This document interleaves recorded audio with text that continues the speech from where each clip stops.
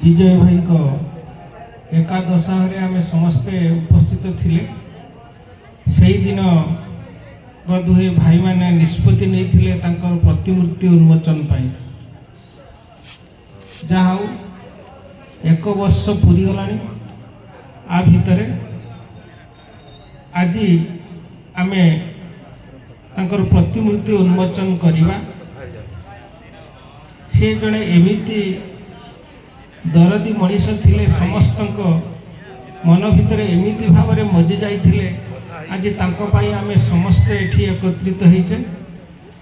तेणु आमे तो आमर अभिभाषण प्रतिक्रिया को जीवा। वर्तमान आमे प्रतिमूर्ति उन्मोचन बा उद्घाटन कर सारी।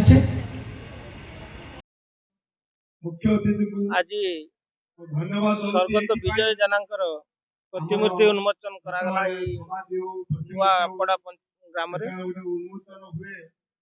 ये गोटे दुख समय रे आमे गत वर्ष तांको घरे पहुंचीलु तांकर एकादशारे। आउ एठी जो पिला माने बहुत तांको प्रति बहुत तांकर श्रद्धा थिला, सम्मान थिला एवं से जने भलो मनीष थिले आ भलो युवक थिले ए गां रे ए अंचल रे। तेणु तांको उद्देश्य रे आज एई प्रतिमूर्ति उन्मोचन करा जायछि। एठी तांको गां रो लोक माने आउ ए पंचायत रो सरपंच, पूर्वतन सरपंच आउ समस्त मां माने, भाई माने, भौणी माने समस्त उपस्थित अछन एवं गोटे दुख समय रे हम एठी तांकर प्रतिमूर्ति उन्मोचन करू। एवं देवादेवी माननकु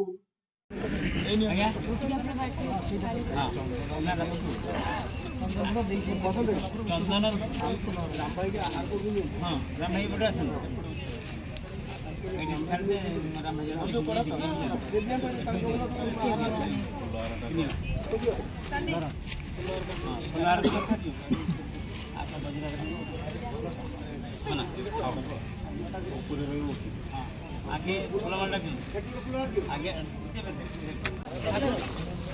मत धीरे धीरे आसो लाइन करके आसो लाइन करके नहीं दो अन्नो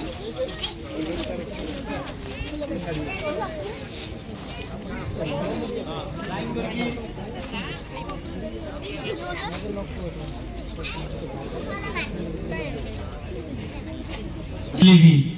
आम देखु साथी पाखे से आज खुशी अच्छा। तेणु आम सब खुशी रहा भगवान पाखे निवेदन कर सांग आज जो स्वर्गत विजय कुमार जनांकर प्रतिमूर्ति उन्मोचन है जे समाजसेवी तपन कुमार राउत द्वारा जे आम बहुत खुशी।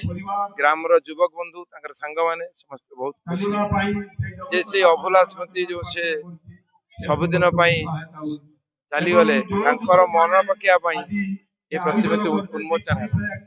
बाबद प्रति वर्ष गोटे क्रिकेट खेल हम किछि दिन आगु जने बंधु जयंत कुमार महांती से भी एक्सीडेंट चली जाते। दुई बंधु जे मन पकिया जे एप्रिल 1 तारिख रे गोटे क्रिकेट खेल अनुष्ठित। जगन्नाथ प्रार्थना करुच्ची दुई युवक पिला स्वर्ग स्वर्गायी होई भगवान पाखे आश्रित रही रहतु। परिवार को भगवान भल रखु।